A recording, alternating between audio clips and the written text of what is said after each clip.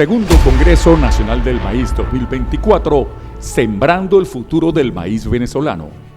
El maíz, vocablo de origen indo-caribeño, con más de 10.000 años de antigüedad, representa un cultivo fundamental para la seguridad alimentaria y el desarrollo socioeconómico de Venezuela. Su evolución a partir del teocintle en Mesoamérica marcó un hito en la historia de la agricultura, consolidándose como un cultivo vital para las culturas precolombinas y posteriormente para todo el planeta. Hoy, el maíz es el principal rubro de Venezuela y del mundo, al cual aporta el 20% de las calorías del consumo humano y 40% de consumo animal. Hoy en día, el sector primario del maíz en Venezuela enfrenta importantes desafíos como la variabilidad climática, las plagas y enfermedades, la crisis energética y la necesidad de aumentar la productividad y la eficiencia del cultivo para hacerse sostenible. En este contexto, el Segundo Congreso Nacional del Maíz 2024 se presenta como una plataforma estratégica para la difusión del conocimiento, el intercambio de experiencias y la búsqueda de soluciones innovadoras que permitan fortalecer este sector clave para la economía nacional. Este magno evento congregará a los principales actores del circuito maicero nacional e internacional, incluyendo productores, técnicos, investigadores, empresas de procesamiento y servicios, estudiantes y representantes del sector público, unidos a través de una agenda cuidadosamente diseñada que incluye conferencias magistrales, paneles de expertos, talleres prácticos y una amplia exposición comercial.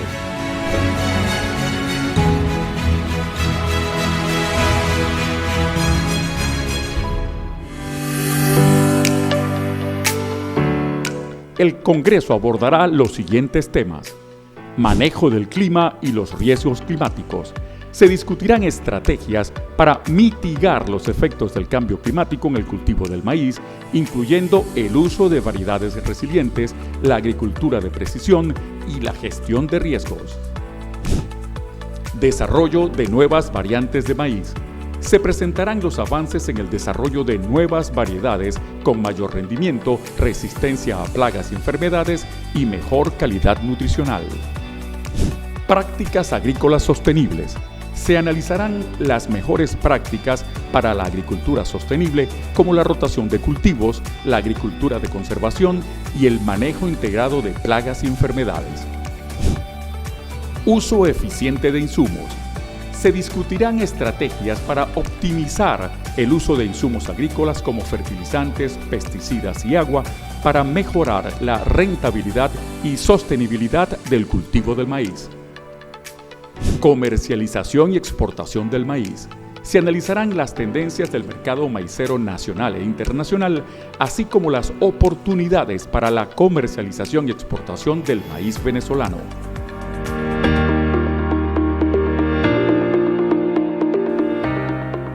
El Segundo Congreso Nacional del Maíz 2024 se perfila como un espacio propicio para promover la innovación y el desarrollo del sector maicero venezolano, fortalecer las capacidades técnicas y científicas de los actores del circuito, generar alianzas estratégicas entre los diferentes actores que integran la cadena de valor, identificar oportunidades de negocios e inversión, aportar soluciones a través del diálogo analítico a los principales desafíos que enfrenta el sector.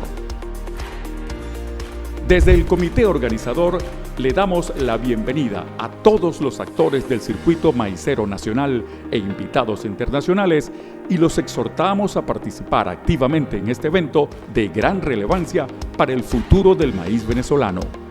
Comienza el Segundo Congreso Nacional del Maíz 2024.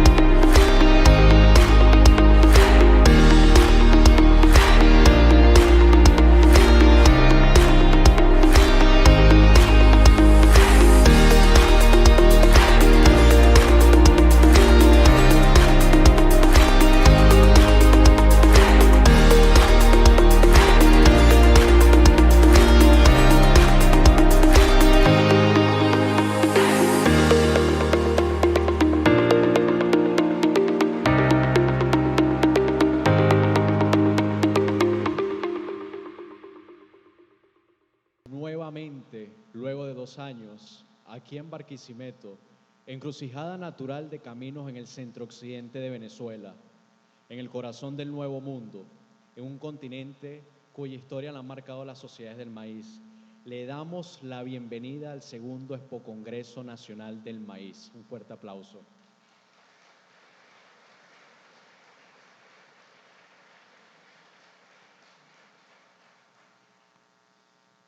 Nos encontramos ante la vitrina de transferencia tecnológica y de conocimientos más grande del sector primario en el país. Es por ello que el comité organizador del segundo Expo Congreso Nacional del Maíz le da la más cordial bienvenida. Ellos son Andrés Ortiz de Agroindustrias Américas y los demás representantes de esa empresa.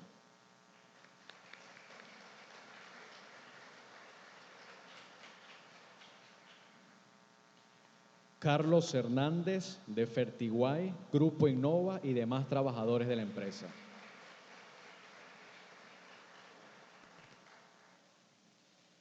Peter Thompson de Agrinova y sus demás trabajadores que la acompañan.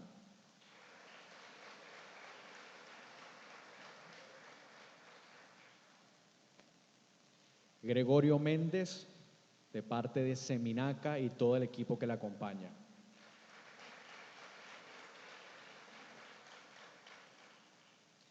Fernando Montenegro de ANCA y todos sus colaboradores que la acompañan.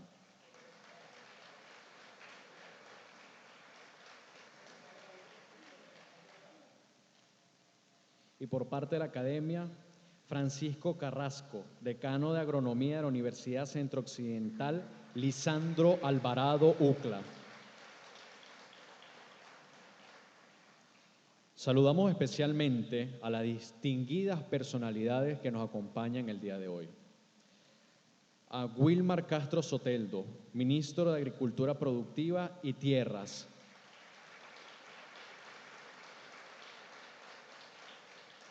Asimismo, extendemos el saludo a los demás miembros del ministerio que la acompañan. Un saludo especial al secretario de Gobierno de la Gobernación del Estado Lara, que se encuentra presente.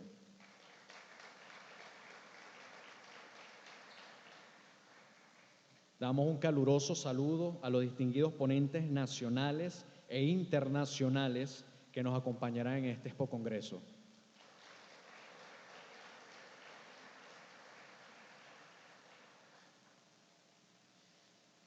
Saludamos también a los representantes del Gobierno nacional y regional que nos acompañen el día de hoy.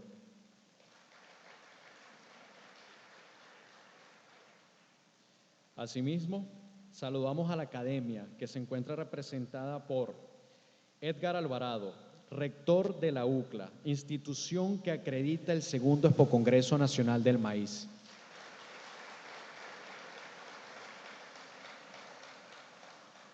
Las autoridades rectorales de la Universidad Central de Venezuela, encabezadas por el rector Víctor Rago, María Fátima Garcés, vicerrectora académica, José Balbino León, vicerrector administrativo, Aida Ortiz, decana de Agronomía,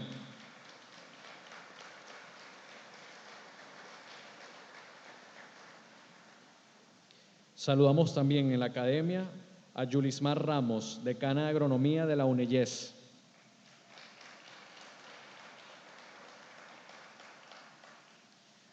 Saludamos a Alejandro Gutiérrez, director de investigación de la Universidad de los Andes, ULA.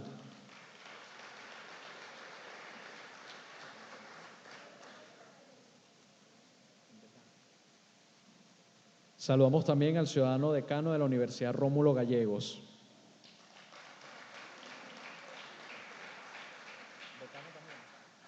Igualmente saludamos al decano de la Universidad del Zulia.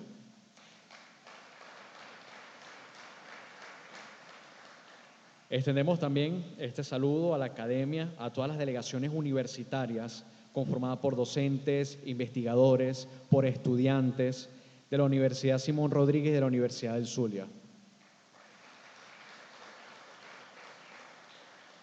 Invitados especiales, representantes de los medios de comunicación, señoras y señoras, damas y caballeros, sean oficialmente bienvenidos a este segundo Expo Congreso Nacional del Maíz.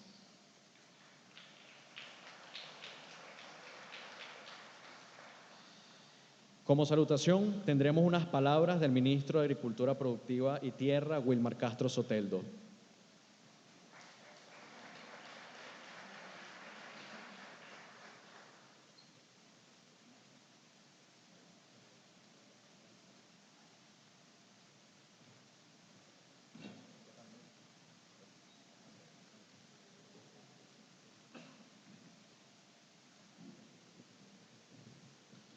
Muy buenos días. Yo quiero que brindemos un aplauso de pie a todos los productores, empresas, académicos, organizadores de este extraordinario evento, extraordinario encuentro.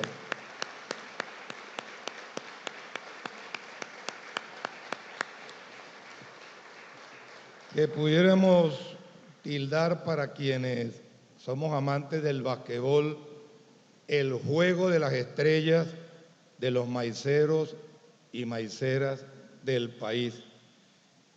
Y un saludo muy especial a un actor que creo que está por aquí sentado, escondido allá atrás, que llaman Bingen Barrueta, productor de semillas. Pido para él un fuerte aplauso, que es un replicador de esa semilla mágica que construyó el mito del dorado en Venezuela.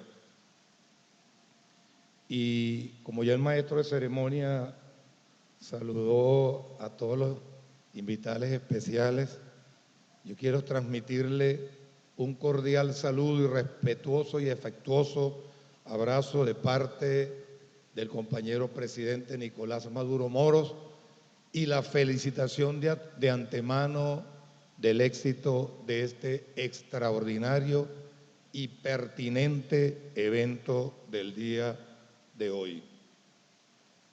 Hace unos días nos visitaba el doctor Gorka Oribe, especialista farmacólogo, especialista en el tratamiento del Alzheimer. Y el doctor Gorka nos decía que la medicina más importante para esta enfermedad tan cruenta como el Alzheimer se centraba en la nutrición sana. Y sobre la base de su experticia en el tratamiento del Alzheimer, el doctor Oribe fue avanzando hacia el concepto de una salud global, de una sola salud: la salud del ser humano, la salud de la tierra, la salud del agua, la salud del aire, la salud del planeta. Y entre los desafíos que veía allí en ese extraordinario video, que lamentablemente por sabotaje de los compañeros de audiovisual no dejaron que se escuchara bien, pero que deberíamos repetirlo porque está muy bueno, y bajarle un poquito el volumen para que no atormente a los presentes en el salón. Señalaban allí una causa fundamental que no solo es de los productores de maíz, es de todo el planeta como tal, de toda la humanidad. El tema del cambio climático, que es quizás la variable más importante que desde hace años hemos debido abordar de manera decidida, y muy especialmente desde el sector agrícola, que según algunos teóricos, científicos e investigadores es quizás la que aporta mayor cantidad, o por lo menos una de las que aporta mayor cantidad de gases con efecto invernadero a la atmósfera, al planeta.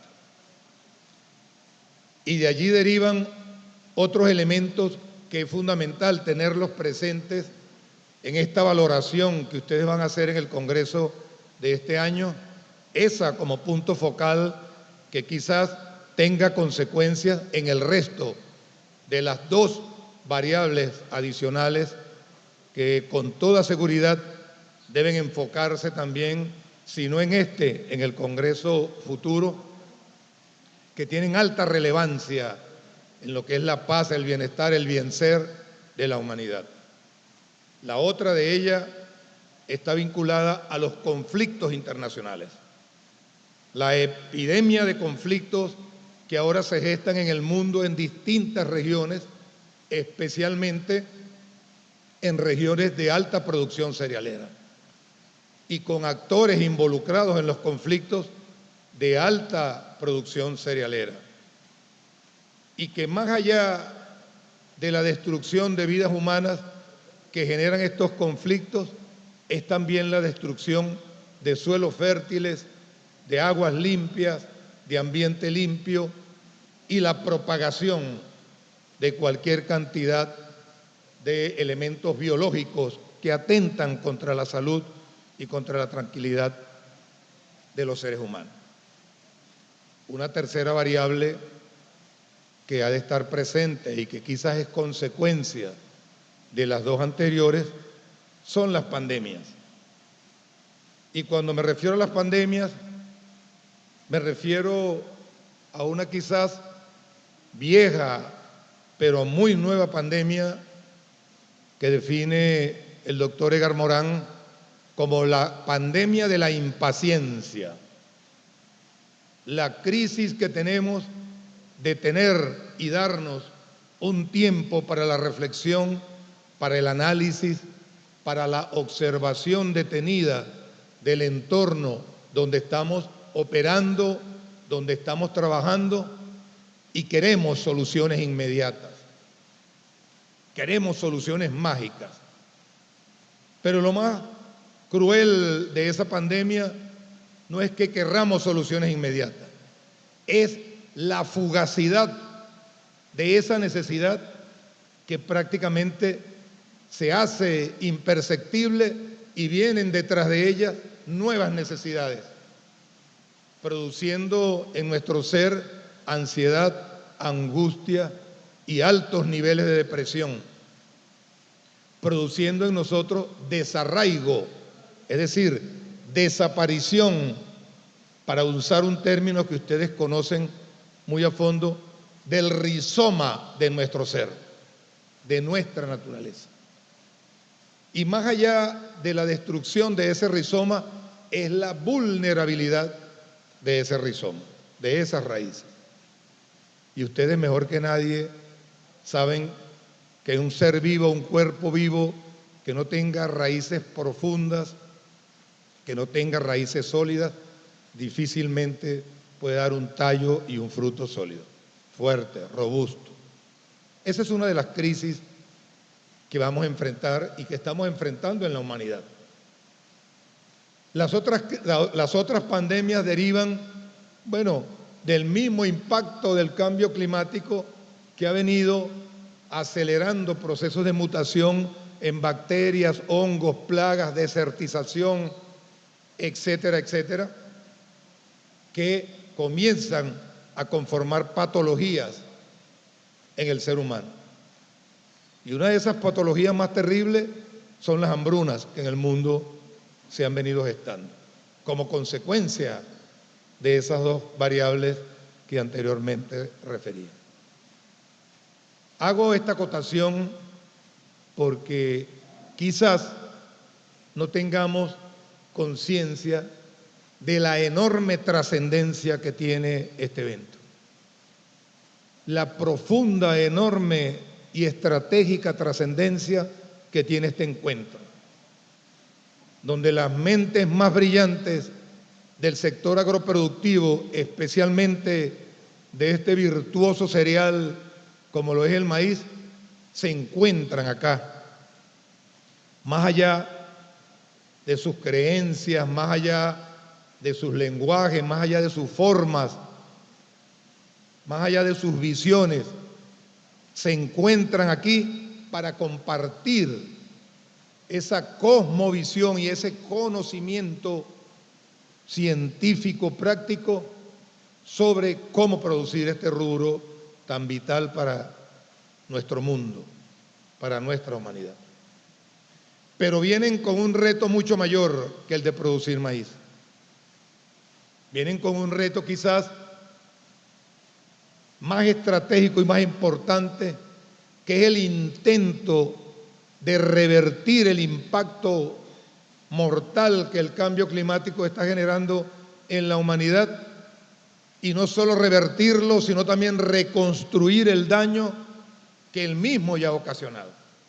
Más allá de los numeritos, que quizás para ustedes sean de vital importancia tenerlos bien claros y que son fundamentales para el sostenimiento de esta actividad y de cualquier actividad de carácter económico que nos empeñemos a hacer en la vida, vienen con un desafío, con un reto mucho más importante que ese, que es cómo preservar la vida del planeta, que es la vida de todos nosotros. Así que destaco la enorme relevancia de este maravilloso encuentro, mágico encuentro de maiceros y maiceras, campesinos, campesinas, científicos y científicas, compartiendo de manera abierta, franca, estas experiencias. Hablaba ayer en la tarde con el amigo Henry Russell, quien trae una experiencia maravillosa de allá del sur de Carolina del Norte. Y así como en el evento pasado tuvimos una experiencia parecida con otros actores productores de este rubro, con sus visiones y con sus realidades edafológicas, de suelo, de país, de costumbres, etcétera. Creo que la experiencia de los productores, que así como Russell y otros productores campesinos y técnicos vienen a compartir con nosotros, sería de verdad de muchísima importancia absorberla en su máxima expresión. La cura mágica para estas tres grandes tragedias, diría yo, que vive la humanidad, la cura, la vacuna para esas tres variables no es otra que el conocimiento. El conocimiento empírico, el conocimiento práctico, el conocimiento teórico, el conocimiento científico, los saberes, conocimientos que luego puestos en práctica, en marcha, se convierten en saberes, y saberes que luego se tornan en sabiduría. No se trata solamente de tener conciencia de números fríos y de curvas estadísticas que pueden decir lo que el autor de las mismas quiera presentar. Pueden inclinarse hacia la visión o el enfoque que cada quien quiera darle. Es la conjunción de todas esas variables. Es la sopa múltiple, el sancocho múltiple de todas esas variables internalizadas, captadas en el espíritu de cada uno de los ponentes y en la inteligencia de cada uno de ellos plasmadas en esas láminas, la que luego nosotros procesaremos, analizaremos, tomaremos en consideración y pondremos en práctica. Pero lo que no podemos dejar es de omitirlas, de pasarlas por alto. Debemos tenerlas allí presentes, porque hay mucho por aprender, hay mucho por saber y hay mucho por hacer. Así que yo nuevamente reitero mi felicitación a este maravilloso encuentro, y una vez más, el maíz une a los pueblos, el maíz une a la ciencia, el maíz une al conocimiento y el maíz forma la felicidad de la vida. Un gran abrazo para todos y para todas, y todo el éxito del mundo para ustedes, para el país y para la humanidad. Muchísimas gracias.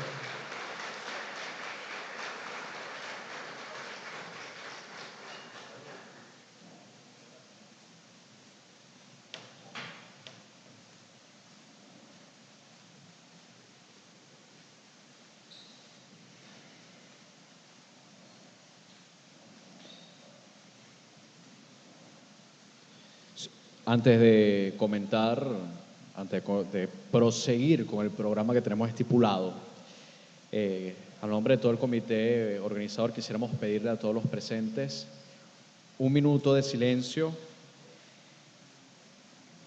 por la pérdida física de Digleta Blante, quien en vida fue una estimada amiga, grata persona, gerente de Apaciagua y productora del estado Guárico. A sus familiares, a sus amigos, a sus allegados, les ofrecemos nuestras más sentidas condolencias por esta pérdida irreparable y deseamos paz a su alma.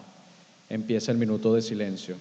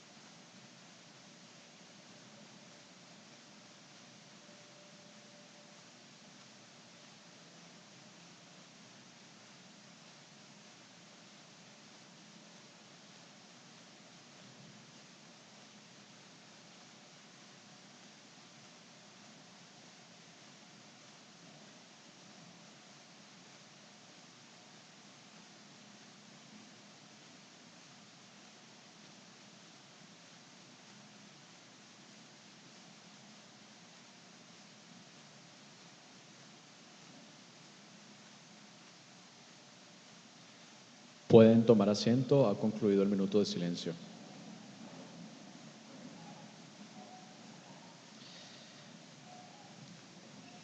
De esta manera queda oficialmente inaugurado el segundo Expo Congreso Nacional del Maíz.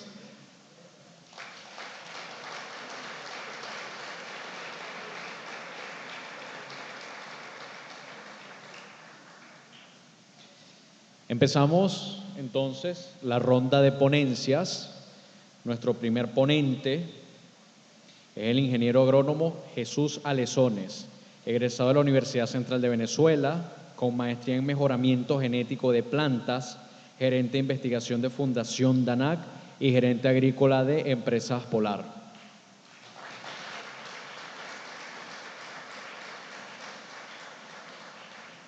Le recordamos que la reseña completa, el currículum de nuestro ponente lo van a conseguir en la aplicación oficial del segundo Expo Congreso Nacional del Maíz. Además, a través de allí se llevará a cabo la metodología de las preguntas.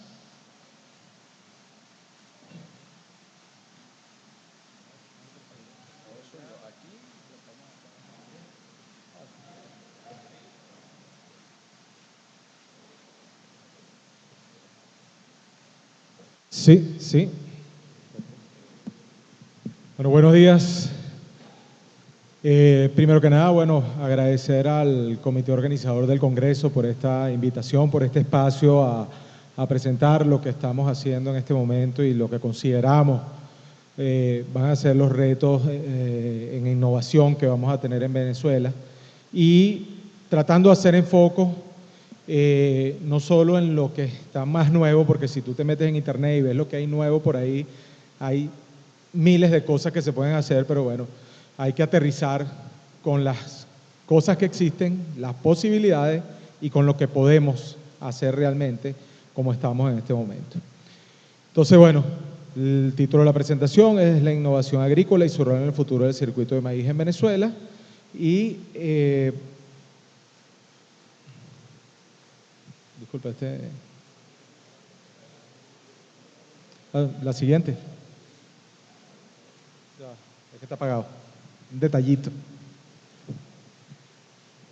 Bueno, y esta es la agenda que vamos a estar viendo hoy. Vamos a empezar hablando para poner en contexto unas pequeñas generalidades del maíz, de su importancia en Venezuela, cuáles son los retos que nosotros estamos viendo que influyen de manera significativa en la agricultura del maíz en Venezuela y qué es lo que estamos haciendo desde Empresas Polar, desde DANAC, para enfrentar algunos de estos retos. Básicamente lo que es mejoramiento genético, producción de semillas mejoradas, agricultura regenerativa y conservación de suelos principalmente. Entonces, y una pequeña revisión de lo que va a ser el futuro en la innovación agrícola donde, bueno, me voy a enfocar en el área de conocimiento nuestra, que es en el área de la genética.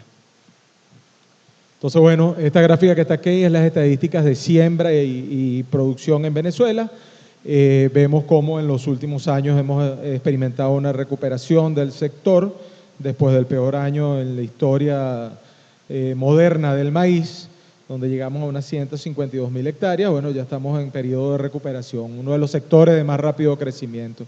Pero la importancia de esta lámina tiene que ver más con lo importante que es el maíz para Venezuela y lo que lo seguirá siendo. No solo es el principal cultivo que tenemos en base a superficie, sino también en lo que viene siendo la cadena de suministro bien elaborada, bien diversificada y que toca varios aspectos de la alimentación del venezolano de manera directa o indirecta. Asimismo vemos que el trabajo que han hecho los agrónomos, que han hecho los técnicos de campo, que han hecho las casas de insumos agrícolas y todo en mejorar la productividad, no ha pasado en vano. Realmente ha habido un incremento en la productividad de lo que viene siendo el cultivo, pero vemos que precisamente en la última etapa, a pesar de que sigue creciendo el rendimiento, estamos viendo mayor inestabilidad en los valores de rendimiento y una disminución en la velocidad de la tasa de crecimiento que veníamos experimentando anteriormente. Esto tiene múltiples causas y la principal que pudiéramos estar mencionando es el efecto climático o el cambio climático que más que cambio trae mucha inestabilidad en los resultados y vemos cómo se mueve esa curva que parece un electrocardiograma en años donde la cosa está bastante complicada y años donde la cosa prospera bastante bien. Los usos, para los que no lo conocen, bueno, hay dos grandes usos principales. Gran parte del maíz se va para lo que es la harina precocida de maíz, que es una de las principales fuentes de calorías del venezolano. Aproximadamente del 14 al 20%, dependiendo del año, son las calorías que consume el venezolano provenientes solo de la harina precocida, y el resto entra de manera indirecta. No lo comemos con maíz, pero lo comemos como huevos, como cerdos, como pollos, y eso es otra de las maneras con las que estamos consumiendo bastante maíz en el país.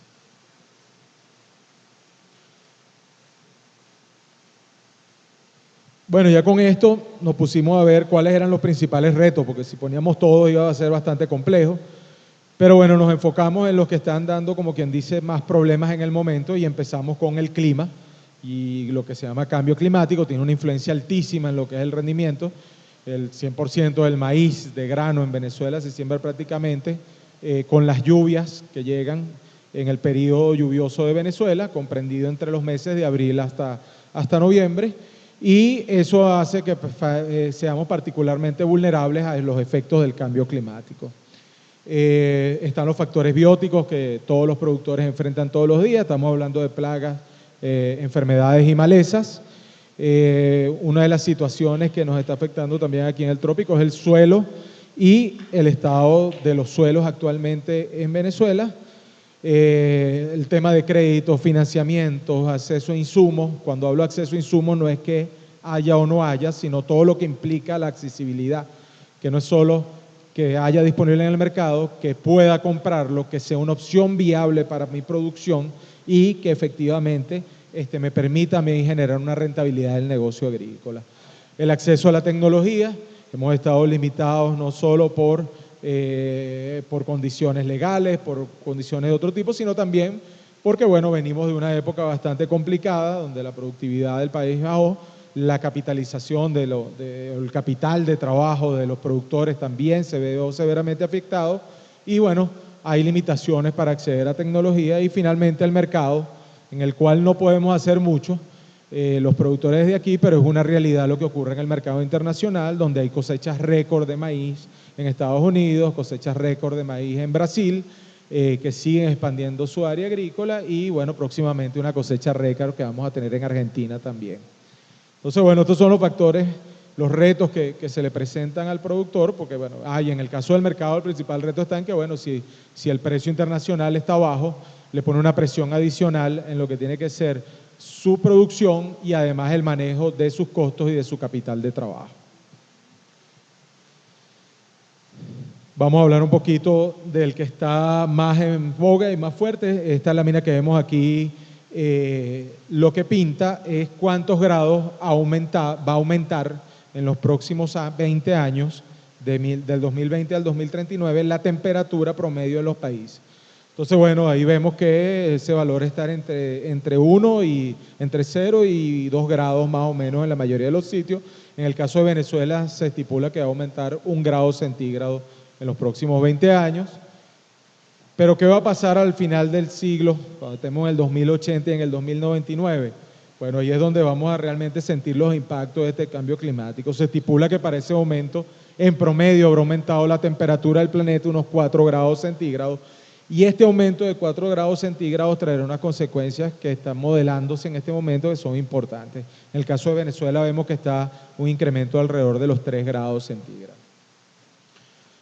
¿Qué impacto va a tener eso en Venezuela y en el mundo? Bueno, lo primero es que se ve una disminución en el área de Venezuela de lo que viene siendo el porcentaje de precipitación.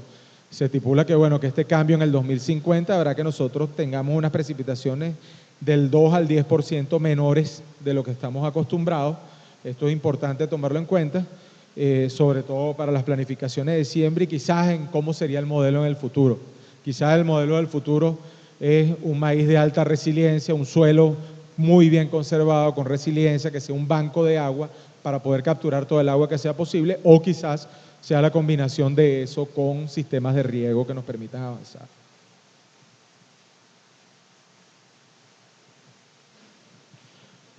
¿Cuáles son los riesgos que vamos a ver cuando ya estemos en los 4 grados? Bueno, eso que vemos en rojo ahí son las zonas donde van a haber temperaturas extremas. Y bueno, si ven ahí, hay un pedacito rojo a mi gente del Zulia y del Falcón, que bueno, que va a estar bien fuerte. Si vemos el siguiente riesgo que vamos a estar enfrentando es lo que vienen siendo las inundaciones. En nuestro caso no aplicaría principalmente, pero vemos que hay unas áreas importantes en el planeta que van a estar siendo severamente afectadas por inundaciones y áreas agrícolas importantes. Tanto en la temperatura como en el caso de las inundaciones están ubicadas en zonas agrícolas que hoy en día son importantes. Estamos hablando en el caso de inundaciones México, Brasil, que tienen una participación importante en el mercado, y esto pone una presión adicional a la producción de alimentos, porque si además este evento climático va a tener una influencia en la zona donde se produce la comida, nosotros vamos a enfrentarnos en un negocio donde el que produzca la comida va a ser la decisión más correcta como país, producir todos sus alimentos. Y bueno, en el caso de la sequía, ese sí nos llega a nosotros y hay un efecto importante que vamos a estar experimentando. Ya lo vimos en el otro mapa donde se veía que iba a haber una disminución de las precipitaciones y bueno, eso repercute directamente. Pero llama la atención y es bastante preocupante esa gran mancha que está en lo que viene siendo la cuenca del Amazonas, que como ustedes saben es el pulmón de este planeta y donde se encuentra una gran parte importante del agua dulce que existe en el planeta y bueno, que va a estar enfrentando una situación de sequía. ¿Qué es lo que se presume? Que esto no es que vaya a eliminar los bosques, que se vayan a acabar los bosques, sino que los bosques quizás cambien de estructura. ¿Qué otras cosas hace el cambio climático? Y eso ya es más local, lo que nos interesa a nosotros en el tema agrícola. Bueno, ya se está viendo el cambio del patrón de crecimiento de malezas. Malezas que antes no se encontraban en una zona porque climáticamente no era favorable para ellas, hoy en día están avanzando allí. Y bueno, se espera que sigan avanzando a medida que haya más calentamiento. Lo propio lo vamos a ver con los patógenos. Los suelos más calientes generan condiciones más aptas, sobre todo para los hongos que están en el suelo y que generan enfermedades de manera sistémica desde el suelo, van a ver incrementadas sus poblaciones y bueno, en rojo vemos donde precisamente vamos a ver una mayor abundancia relativa de los patógenos a nivel mundial. Ahí, bueno, en todos lados de Venezuela punteando. Y esta es bien interesante. Esto que está aquí es lo que dice qué va a pasar con el cambio climático y la dinámica de las poblaciones de nuestro peor enemigo en el campo, que es el Lepidoptera frugiperda, el gusano cogollero. Llama la atención que, bueno, que dicen que el calentamiento global va a tener 3 efectos. Va a tener un efecto de expansión de la población del gusano cogollero, en lo que vemos en verde. No va a haber cambio de lo que vemos en gris y más bien va a desaparecer o se va a disminuir las poblaciones o los problemas de Lepidoptera donde vemos las cosas moradas. Pero si ustedes ven el planeta, Vemos más verde que morado, ¿verdad? Mucho más verde que morado. Entonces, básicamente lo que está prediciendo esto es que nosotros vamos a tener más problemas, sobre todo de plagas, con este tema de calentamiento global. Y vemos en Venezuela, el lado de Occidente, verdecito completamente. Factores bióticos y abióticos, ya hablamos de él. La plaga de siempre, nuestro principal enemigo es este, pero traemos atención a lo siguiente, que es una plaga que hoy en día está siendo problema en Brasil se le conoce como la cigarriña del maíz, ya está en Colombia también generando problemas. Esta es un insecto chupador que existe en Venezuela, pero las poblaciones aquí realmente son muy bajas y nunca han tenido un efecto importante en la productividad. Pero ya cuando tú vas a Brasil y ves algo así como ese cogollo que está ahí, y ves una plántula pequeña que tiene más o menos 100 cigarriñas consumiendo directamente savia, hay un efecto importante en la productividad y ya nuestros vecinos la tienen como problema, así que no es descabellado pensar que nosotros próximamente tengamos esta situación en el país. Con las malezas, bueno, otro problema bien importante que tenemos, también se disparan las poblaciones bajo las condiciones de inestabilidad climática, pues las malezas vienen preparadas para nacer rápido, reproducirse rápido, producir semillas rápido y dispersar las semillas rápidamente. Entonces, en las condiciones de cambio climático, donde tenemos un ciclo de cultivo que dura 4 meses, ellas en más o menos 1.5 meses, 3 meses, ya hacen todo su negocio. Entonces no necesitan tanta agua, tantas cosas, y eso hace que ellas sean más competitivas en condiciones de cambio climático que el mismo cultivo. Y otra de las cosas que está pasando es que, bueno, el mismo modelo, el mismo manejo indiscriminado de herbicidas, de productos químicos, está afectando lo que viene siendo el número de especies resistentes ya a los herbicidas. Lo que está haciendo que, bueno, que precisamente nosotros no tengamos las posibilidades de controlar efectivamente como lo hacíamos anteriormente. Aquí sí vemos el número de especies resistentes a los activos herbicidas. Vemos, oye, la atracina tiene 66 especies. Y llama la atención el segundo, que es el glifosato, que es el herbicida más vendido a nivel mundial y que es con el que se comercializa precisamente muchos de los elementos transgénicos con resistencia a herbicida. Llama la atención que este glifosato hace 8 años estaba detrás de la ambulancia en esta fila, pero ya este año es la segunda molécula que tiene más especies resistentes por el uso indiscriminado de la tecnología o por la falta de custodia de la tecnología. Vamos siguiente. Y bueno, ¿qué está pasando en Venezuela con este tema de resistencia a maleza? Bueno, en el último reporte de la webscience.org ya se han reportado en Venezuela 10 especies de malezas resistentes a herbicidas. La mayoría están en arroz, no porque no hayan más malezas en maíz realmente que sean resistentes, sino porque la investigación, o por ahí debe estar la profesora, sabe que está más metido en el tema de arroz que en el de maíz. Y bueno, ¿qué es lo que estamos encontrando? En el caso de arroz, bueno, Echinoclea colona, Iscaemon rugosum, Rotwellia cochiniensis o exaltata, Echinoclea colona, Sorghum jalapense. Estas malezas están ya mostrando resistencia a distintas moléculas de herbicida. En el caso de maíz, ya hay Rotwellia, paja pelúa, caminera, como quieran llamarle, que es resistente al nicosulfurón y a otras moléculas, y de hecho ya ustedes deben ver cómo se prolifera, sobre todo en el estado huárico, esta maleza de una manera que, bueno, que no la detiene nadie. Y vemos en el caso de la otra maleza, el Johnson, que también está mostrando resistencia a este herbicida y que, bueno, que se está convirtiendo también en problema más que nada en zonas de occidente. Pero bueno, ya esto es una preocupación. Les cuento que hace 7 años eran solo 7, ya vamos por 10 malezas resistentes aquí en Venezuela. Y bueno, en cuanto al suelo y el estado de los suelos que habíamos hablado, bueno, este es un mapa realmente de Venezuela y de los suelos y sus limitaciones. Lo que vemos en naranja, que es el que está abajo, de último, que es el de escasas limitaciones, representa el 2% de la superficie. Eso quiere decir que en Venezuela, de las tierras agrícolas, de las tierras totales, solo el 2% tiene escasas limitaciones. Y bueno, se encuentran enfocadas principalmente en esa zona de Turén, San Carlos, en el valle medio del río Yaracuy, algunas zonas de Lara y de Trujillo, que también tienen esas condiciones con limitaciones bajas limitadas, el lago de Valencia y algo cerca de Miranda, que también tiene esas escasas limitaciones. El resto del territorio tiene limitaciones para la productividad de maíz y bueno, eso plantea un reto adicional a lo que estamos haciendo.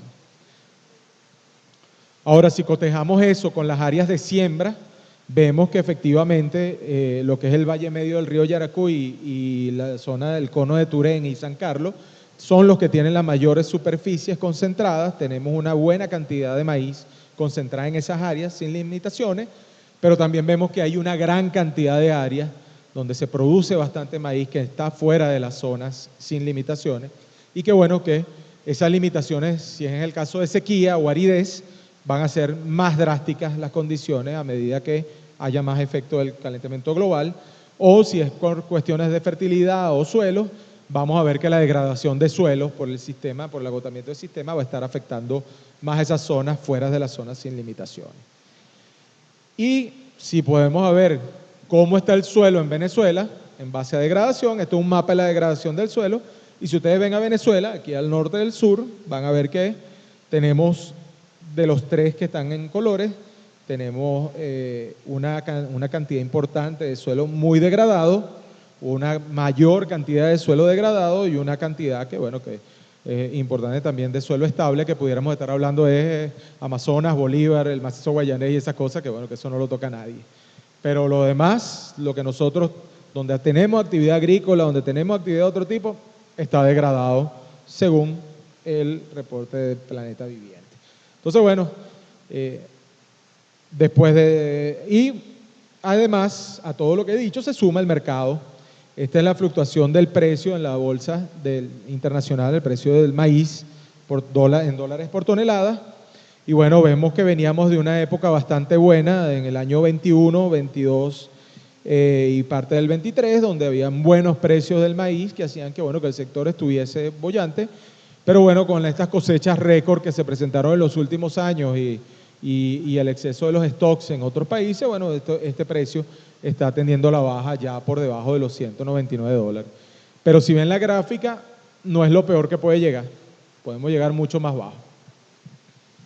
¿Okay? Eso además pone un reto adicional al agricultor para poder gestionar eficientemente sus recursos y buscar maximizar no el rendimiento, sino maximizar el flujo de caja libre por hectárea, o los dólares que genera por hectárea, o el retorno de inversión por hectárea. No siempre el que rinde más es el que hace más dinero en este negocio. El mercado también tiene otras influencias externas, a una disminución importante del Producto Interno Bruto en Venezuela. Asimismo, el poder adquisitivo del venezolano ha venido cayendo en los últimos años y eso genera también una presión adicional, ya no como quien dice en el clima, sino en los productos que el venezolano puede adquirir y que estén hechos de maíz. Si ustedes siguen las estadísticas, saben que el consumo de proteína animal ha bajado de manera importante en el venezolano y si ha disminuido el consumo de huevos y aves comparado con otros años, obviamente la necesidad de maíz también baja. ¿Okay? Y eso, bueno, también está alterando el sistema, haciéndolo de que quizás llegaremos a un momento donde haya más maíz del que necesitemos. Con acceso a tecnología hay muchas cosas de las que hablar. La más escuchada por ahí es el acceso a la biotecnología, sobre todo lo que son los organismos modificados genéticamente. Que bueno, que aquí en Venezuela no existe el acceso a esas tecnologías que pudieran ayudar en ciertas cosas y en otras cosas pudieran no tener ningún efecto. A este acceso de tecnología agregamos también el tema de maquinarias.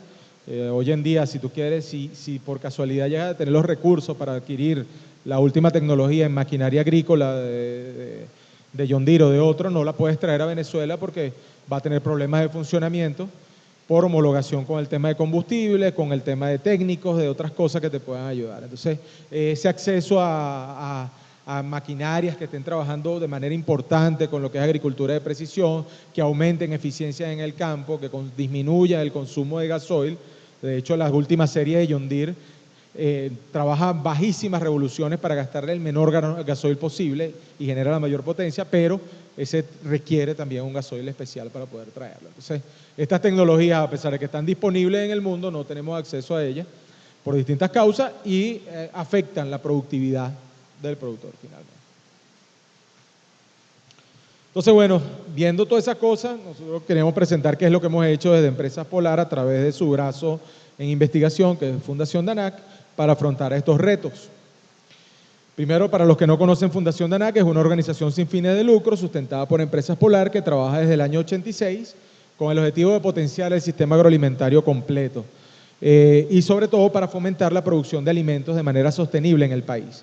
Está ubicada en San Javier, en el estado de Yaracuy, pero posee campos experimentales en las distintas zonas de siembra en alianza con agricultores que muy amablemente, agricultores de avanzada y agricultoras que entienden la importancia de la investigación, muy amablemente nos prestan sus espacios para nosotros poder llevar investigación en sus fincas. ¿Cuáles son las áreas de acción de Fundación? Bueno, la columna vertebral es el mejoramiento genético de maíz y de arroz. Los principales productos que tenemos nosotros son variedades de arroz e híbridos de arroz e híbridos de maíz, pero trabajamos también en distintas áreas como la protección vegetal, que es la resistencia a plagas y enfermedades, la resistencia genética. Buscamos capturar resistencia genética, pues es la manera más fácil de entregarle una medida de control al productor en campo. El tema de calidad de granos para satisfacer toda la cadena, no solo agroindustria, sino consumidor. El tema de biotecnología agrícola, como apoyo todo al mejoramiento genético, que nos permitan obtener las variedades más eficientes, más adecuadas y de la manera más rápida posible. Trabajamos con validación de prácticas de manejo agronómico, ahí precisamente estamos trabajando con lo que hacen los agricultores y buscamos precisamente ver en qué cosas estar. Ahorita en este momento estamos trabajando con temas de agricultura regenerativa, la cual genera una fuente importante de investigación que vamos a tener en los próximos años y lo que viene siendo el desarrollo de productos. Trabajamos con sistemas agroforestales con fines de aprovechamiento y también como protección ambiental. El balance de carbono nuestro es súper negativo en DANAC. También trabajamos con el fortalecimiento de capacidades y hay algo en lo que trabajamos fuertemente es la gestión de las tecnologías, la capacitación, la divulgación y más que nada en un entorno con recursos limitantes poder trabajar en redes, que cada quien ponga su parte y podamos lograr algo bien interesante todos juntos. Y bueno, recientemente nos hemos incursionado en el sector de producción de semillas certificadas de maíz y arroz. Empezamos con maíz, hoy en día estamos expandiéndonos a arroz también y esperamos el año que viene poder empezar lo que viene siendo la producción de híbridos de arroz en Venezuela, que sería un hito importante en cambio de tecnología en este sector. Entonces, ¿qué hizo que incursionáramos ahí? Bueno, esta lámina obviamente, la repito, es precisamente las condiciones en las que estaba el sector. La empresa de semilla también pasó por estas condiciones, todos estábamos en una condición bastante complicada y bueno, no queríamos que la tecnología se quedara en el anaquel, se quedara guardada, sino que llegara efectivamente al productor. También vimos con preocupación lo que estaba ocurriendo en los ensayos de validación agronómico de la Comisión Nacional de Semillas, donde se veía una franca disminución del número de cultivares y del número de empresas que estaban inscribiendo cultivares en el país. Entonces eso nos hacía pensar que el tema de semilla iba a estar bastante complicado en el futuro. Y bueno, veíamos que había un crecimiento, había una intención de crecimiento en el sector que iba a necesitar esta semilla. Entonces, como quien dice, todas las cosas se juntaron para nosotros decidir meternos en el sector de producción de semillas. Y bueno, cuando nos metimos dijimos, bueno, ¿cómo nos vamos a meter en esto? ¿No? ¿Cuál es el nuevo paradigma a nivel mundial en el tema de semillas? Y el nuevo paradigma mundial al tema de semillas se resume o se sobresimplifica en 4 partes. Uno que es entregar una genética superior. 2, mejorar la plantabilidad, que es un concepto un poco extraño, pero es realmente cómo esa semilla finalmente queda establecida en el campo. Mejorar el tema de calidad fisiológica. La calidad fisiológica habla de la salud de la semilla, si está viva, y no solo si está viva, sino que si está fuerte para superar cualquier tema que tenga en el campo. El tratamiento de semillas es uno de los sectores más importantes que ha crecido y hay un mundo, hay un universo de cosas nuevas que se están haciendo en esta área precisamente de tratamiento de semillas que vamos a abordar muy superficialmente. Entonces, en el tema de genética, ¿qué vimos nosotros? Bueno, la barrita verde son los resultados de los materiales de ANAC en los ensayos de validación agronómica del CONASEM. Estos resultados son públicos, cualquiera los puede buscar.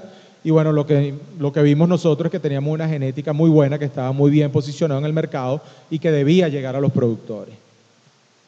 Asimismo, era una genética diferente, estábamos trabajando con híbridos simples, de alto rendimiento, adaptabilidad, aptos agronómicamente y fácilmente producibles en campo, porque ese es uno de los retos de trabajar con híbridos simples. Híbridos simples son los de mayor rendimiento, pero son los más difíciles de producir en campo. Si superas esa fase de producción en campo de semilla, lo vas a lograr de ahí adelante. Entonces, bueno, estos fueron nuestros primeros pasos en lo que eran híbridos simples de maíz. Trabajábamos con las líneas de maíz son más pequeñas, tienen menor porte, entonces podemos meter más población y sin embargo lograr buenas producciones de semillas que fueran económicamente viables tanto para el productor de semillas como para la industria de semillas. Con la plantabilidad, introduciendo un nuevo concepto, la plantabilidad es esto precisamente, que una sembradora pueda agarrar tu semilla y la pueda sembrar lo mejor posible, una plantica al lado de la otra, sin competencia excesiva, todas ocupando el mismo espacio, disponiendo de los mismos recursos. Eso genera un incremento en el rendimiento de manera importante y se logra básicamente a través de la clasificación adecuada de las semillas. Cuando llegamos nos enfrentamos al tema de que la norma no ha cambiado en muchos años. Si ven la norma, lo que ven en el cuadro CONASEM, vemos precisamente que habían dos tipos de semillas, planos y redondos. En CONASEM se reconocían 3 tamaños de plano, plano pequeño, mediano y grande, y en el caso de redondo se reconoce una sola talla o 2 tallas si la empresa lo decide. Eso hacía que en un saco de pequeño, por ejemplo, hubiesen 4 calibres de semilla, la 1764, la 1864, la 1964 y la 2064. Esto tiene unas implicaciones en lo que viene siendo la forma en que trabaja la sembradora. Si una sembradora tiene una forma de un plato con unos orificios de un tamaño determinado y tú tienes semillas de distintos tamaños, te puede pasar que en una ocasión pasen 2 semillas en cada huequito, en otra ocasión no pase una semilla y en otra sí haya una semilla por punto. Eso va a hacer que haya una competencia dentro del campo y una desuniformidad en el establecimiento y precisamente tendrá su influencia en el rendimiento final al productor. Entonces, ¿cómo nosotros lo tratamos de superar? Bueno, sin salir de la ley, sin salir de la norma de CONASEM, lo que hicimos fue dividir el pequeño en 2 pequeños y el mediano en 2 medianos y el grande lo dejamos quieto porque los híbridos simples no producen semilla grande. Entonces, logramos aumentar el número de tallas tanto en redondo como en plano y eso ha mejorado la plantabilidad. Todavía falta mucho por hacer, todavía se puede mejorar más la plantabilidad, pero esto fue un buen salto y se ha visto en campo el efecto de la mejora de la plantabilidad de la semilla de Danac. Con la calidad fisiológica, bueno, estamos trabajando en cómo maximizarla. Uno de los principales retos que tenemos es que el momento de madurez fisiológica ocurre más o menos a los 35% de humedad de la mazorca. Pero cuando tú vas a un productor de semilla y le dices que cosecha 35% de humedad o 30% de humedad, te dice, no, vale, eso se me va a dañar o voy a tener un problema ahí. Entonces, bueno, hay que trabajar en buscar aumentar, llegar a la cosecha en ese momento, que es el momento de máximo vigor, y buscar las maneras estratégicas de hacer que esto llegue rápidamente a la secadora, a la planta y que no haya daño del grano en ese momento.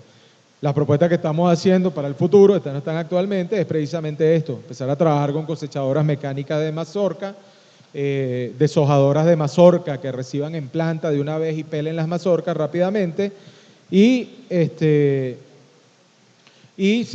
secado violento y seleccionadores ópticos que nos den una mejor clasificación de la semilla dentro de todo.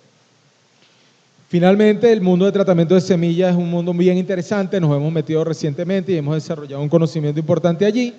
Es el sector, como les dije, de mayor crecimiento en el área de agroquímicos. No solo es aplicarle lo que se le aplicaba antes, que era fungicidas e insecticidas a las semillas, sino hoy en día se aplican fitohormonas, bioestimulantes y nutrientes también para impulsar el desarrollo inicial de la planta.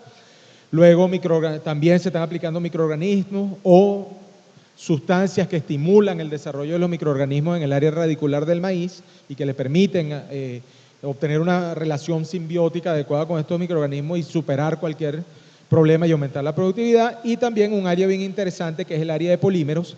El área de polímeros básicamente se utiliza para atrapar realmente estos productos que están agregando toda la semilla y que queden pegados de la semilla.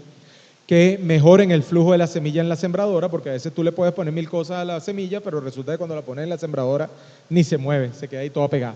Entonces el polímero funciona para eso, además de mejorar el color, el aspecto, importante el color, porque bueno, ya la gente sabe que no se puede comer esa semilla.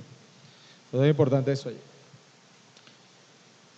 Y bueno, al final nos generó un concepto que es que la calidad de semilla danada, que es una germinación mínima de 90, una mayor uniformidad por selección de varios calibres de talla, tratamiento de semillas con fungicidas, insecticidas, bioestimulantes también, y estamos creando una rama de investigación muy fuerte en lo que viene siendo microorganismos y metabolismos de microorganismos para bioestimular la semilla y obtener excelentes resultados. Han salido cosas interesantes, hemos trabajado en conjunto con la UNUDI, con el CODECIT, en días de campo de tratamiento de semilla más acordes con la conservación ambiental, y todavía no han superado al original, pero ya estamos llegando a ese punto donde quizás podamos prescindir de lo que viene siendo el tratamiento químico. Finalmente, los resultados del proyecto. En los últimos años hemos incrementado de manera importante la producción y las ventas de semillas, nuestra participación en el sector de maíz blanco ha sido importante, sobre todo en la oferta, basado en estudios de mercado. Nosotros estamos hoy en día siendo la segunda marca de semillas de maíz blanco en Venezuela. Entonces somos unos bebés produciendo semillas, pero venimos a matar, como quien dice. Y bueno, lo nuevo es agricultura regenerativa. Estamos metiéndole duro a este tema porque definitivamente todo el escenario pesimista con el que empecé hablando tiene un gran componente de lo que viene siendo el clima. Y efectivamente la agricultura es una de las cosas que más generan estos gases de efecto invernadero, pero también la agricultura es la única que tiene el potencial de revertirlo, que eso es lo más importante de todo. Porque la industria de hidrocarburos, del consumo de vehículos, movilización y energía no tiene manera de recuperar todo ese dióxido de carbono que liberan. Pero nosotros en el campo sí tenemos esa opción. Nosotros podemos aumentar la materia orgánica del suelo y capturar muchísimo carbono que hay en el ambiente. De hecho, todo el carbono que hay en el ambiente en este momento que está causando este cambio climático viene precisamente de lo que se liberó en materia orgánica del suelo y lo que sacamos del petróleo que estaba también enterrado y estaba ahí contenido, lo sacamos y lo liberamos nuevamente al ambiente. Entonces, bueno, ¿cómo podemos hacer para capturar nuevamente ese carbono? Bueno, las prácticas regenerativas están dándonos un nuevo enfoque. Realmente esto no es algo totalmente nuevo. Nosotros ya venimos escuchando agricultura de conservación, agricultura sostenible durante algo de tiempo, pero la ciencia también va avanzando en esta área y se van generando nuevos conceptos y cada vez vamos a ir cerrando un poco más cómo deberíamos trabajar nosotros nuestra agricultura para hacerla climáticamente inteligente. ¿Cuáles son los principios importantes de la agricultura regenerativa? Bueno, lo primero es minimizar la perturbación del suelo. La labranza es una de las cosas que más deteriora y libera carbono al ambiente porque, bueno, sencillamente las bacterias se oxigenan, pueden consumirse todo el carbono que existe en el suelo y lo liberan tranquilamente como dióxido de carbono. Entonces, mientras minimicemos lo que viene siendo la perturbación mecánica del suelo, nosotros estaremos manteniendo atrapado en el suelo el carbono. Lo otro es mantener cobertura vegetal del suelo. Es importante no solo tener el suelo cubierto para protegerlo de las altas temperaturas, de la gota de lluvia, de la erosión, sino también es muy importante el tema de raíces vivas. ¿Cómo come el suelo? El suelo come a través de las plantas. Adentro hay microorganismos y todo, pero si las plantas no capturan el sol, no capturan el agua, no la convierten en alimento, no generan esa relación con los microorganismos, ese suelo no se alimenta. Entonces es clave para nosotros mantener raíces vivas todo el año. Y especialmente clave para el trópico, porque el trópico, al ser caliente, al tener condiciones de todo el año muy estables, siempre está consumiéndose el carbono. Siempre hay riesgo de que haya esa pérdida de carbono en el suelo. La diversificación de cultivos, ampliando el tema de rotaciones, y no solo rotaciones, sino también asociaciones, ver con qué sembrar tu cultivo de dinero y ver cuál va a ser el cultivo de cobertura que tú vas a dejar en el ciclo que no siembra, es importante hacerlo, e incluso rotar todo. Optimizar la aplicación de insumos de producción y nutrición, esto es uno de los principios que está, porque bueno, si nosotros hacemos que el suelo esté más lleno de nutrientes, que esté más saludable, que haya una mejor interacción de los microorganismos y que haya una vida dentro del suelo, tú vas a poder optimizar la cantidad de fertilizante que aplicas. Ya hay un trabajo por ahí que de hecho con nitrógeno marcado vieron que en el maíz precisamente no todo el nitrógeno que llega al grano ni a la planta viene del nitrógeno aplicado. Gran parte viene de lo que ya estaba en el suelo, del que no estaba marcado. Entonces, es importante que nosotros optimicemos el uso de los nutrientes para también minimizar esa liberación de gases de efecto invernadero y además hacer que este negocio sea más rentable.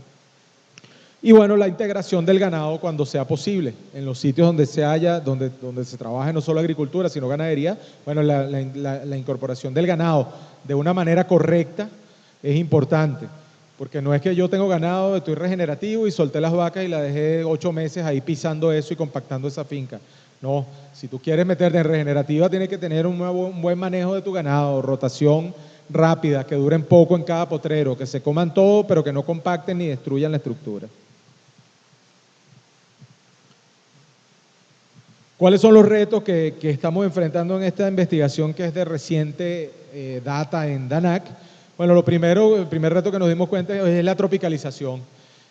Tú revisas toda la bibliografía y te recomiendan el centeno como cultivo de cobertura, después el maíz, que es excelente, te recomiendan el rábano daikon, te recomiendan el trébol rojo, te recomiendan, nada se da en Venezuela de eso que les estoy mencionando, o al menos en la zona maicera, nada se da por ahí. Tienes que irte, qué sé yo, para un valle alto allá en Mérida y de pronto puedes sembrar centeno y daikon, pero en el resto del país no lo puedes hacer. Entonces, una de las cosas que nos dimos cuenta, hay que tropicalizar el tema y en el caso de la gente que está trabajando tropicalizado, que la vanguardia está Brasil, básicamente están enfocados en el uso del pasto, de braquiarias para esto. Pero bueno, hay una serie de especies y de cultivos que no solo pudieran apoyar al tema de cobertura, sino que también pudieran darle dinero al productor y que hay que investigar cómo manejarla de manera adecuada. La siembra directa realizada correctamente. Aquí hay gente que está con siembra directa hace muchos años y le ha funcionado muy bien, y otra gente que probó y no le sirvió y dice que eso no funciona. Y realmente es que, bueno, cuando se trajo la tecnología no se tenía todo el conocimiento que se tiene ahora. Hoy en día es importante saber que para tú meterte en siembra directa tienes que haber corregido todos los problemas que tienes en el suelo. No puedes tener compactación, no puedes tener acidez, no puedes tener problemas de nivelación, no puedes tener déficit de fósforo o de magnesio, que son elementos que se mueven muy poco en el suelo, sino que tú tienes que arreglar todo eso antes de meterte a siembra directa. Porque ya tú después no hay manera de que si tú le echas cal a un lote de siembra directa, esa cal se queda arriba, eso no va a bajar. Si le echas fósforo arriba, eso se va a quedar arriba, eso no va a bajar en ningún momento. Entonces, si tú no corregiste eso primero, no va a funcionar realmente la cosa. Si el suelo está compactado, bueno, tampoco con siembra directa se va a quedar compactado, no va a haber un cambio importante.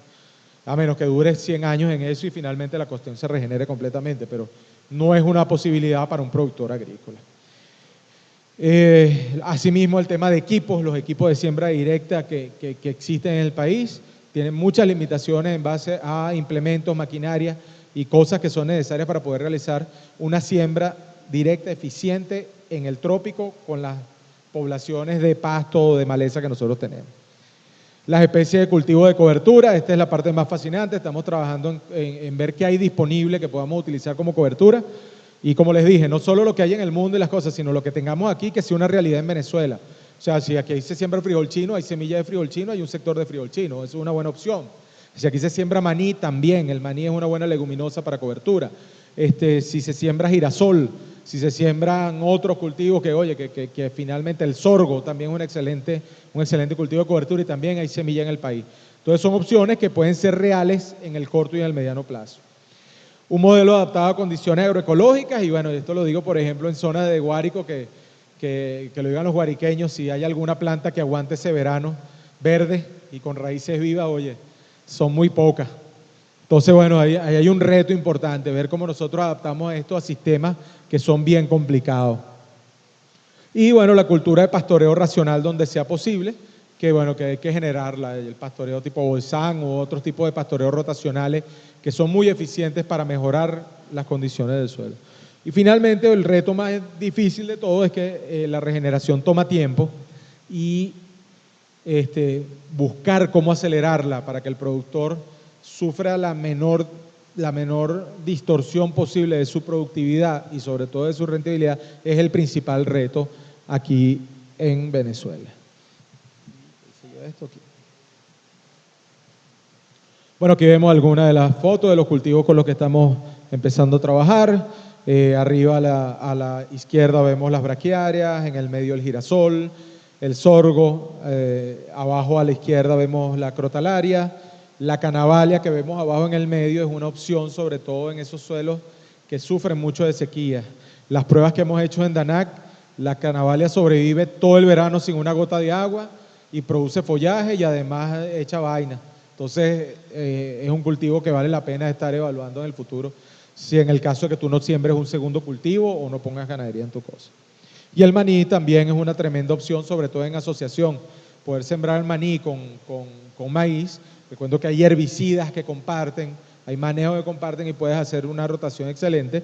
Mientras el maíz está creciendo, allá abajo está el maní también haciendo lo suyo, fijando nitrógeno como buena leguminosa y dándole ese nitrógeno al maíz.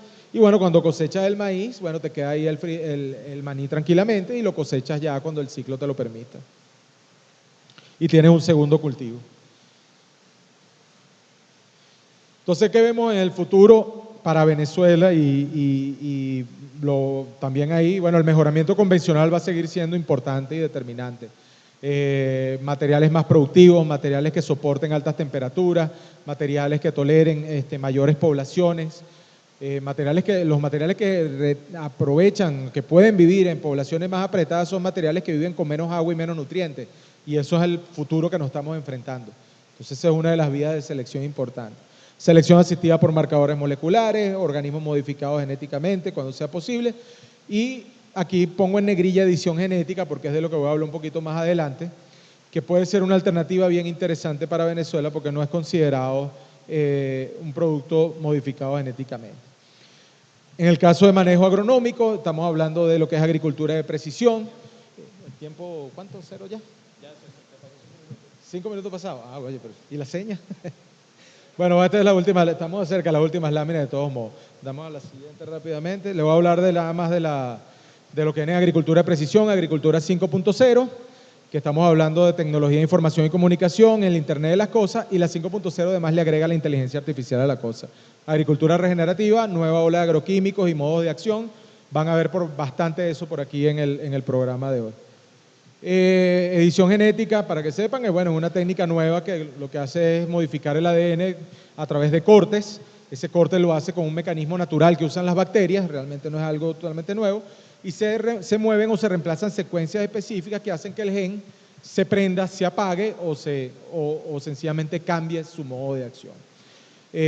Las técnicas actuales son CRISPR-Cas, TALEN, SIN, hay un poco de técnicas, pero realmente todas hacen lo mismo, cambian la estructura del gen, y vemos que ya se están aplicando para lo que viene siendo el futuro que nos parece. Esto que ven arriba es un champiñón que lo cortas y no se marchita. Vemos un maíz ceroso, que es un almidón totalmente diferenciado, modificado genéticamente, editado genéticamente. Vemos un pescadito que editado genéticamente se pone agarra más carnita. Y para cambio climático vemos esa vaca que queda con el pelo más cortico con edición genética. Estos ya son cultivos que están en el mercado, modificados a través de edición genética. Y bueno, está la calidad del aceite, resistencia a bacterias en arroz, acrilamida reducida en las papas, que es un producto que se genera de la fritura de las papas, la acrilamida, que es potencialmente carcinógeno. Entonces, estas papas ya vienen, te las puedes freír tranquilamente y comer tranquilamente. Marcadores visibles para maíz y resistencia a otras enfermedades en otros cultivos como el trigo. Esto que ven aquí es una lista enorme de cosas que ya están en la tubería de edición genética y que van a estar allí. Y esto es lo más interesante de todo al final para cerrar, que es que ya la mayoría de los países están viendo la edición genética como que no es necesario regularla igual que los organismos modificados genéticamente. Al no haber introgresión de genes de otras especies, esas cosas, estamos hablando solamente de que es el mismo genoma natural de la planta que es apagado o encendido de una manera tal de que funciona mejor o funciona peor. Que la naturaleza lo haya dejado no quiere decir que sea precisamente bueno. Entonces, a veces es por casualidad. Y bueno, muchos países en el mundo ya están diciendo que la edición genética no va a ser regulada como van a ser los demás. Y lo más importante de todo es que aunque quieran regularla, no van a poder determinarlo, porque ya tú después que editaste genéticamente y sacas una generación adicional, cualquier vestigio de la edición del trabajo que hiciste desaparece. Queda es como que una nueva variedad con una variante que tú no puedes determinar. Entonces, bueno, eso es todo. Muchas gracias, me pasé un poco de minutos.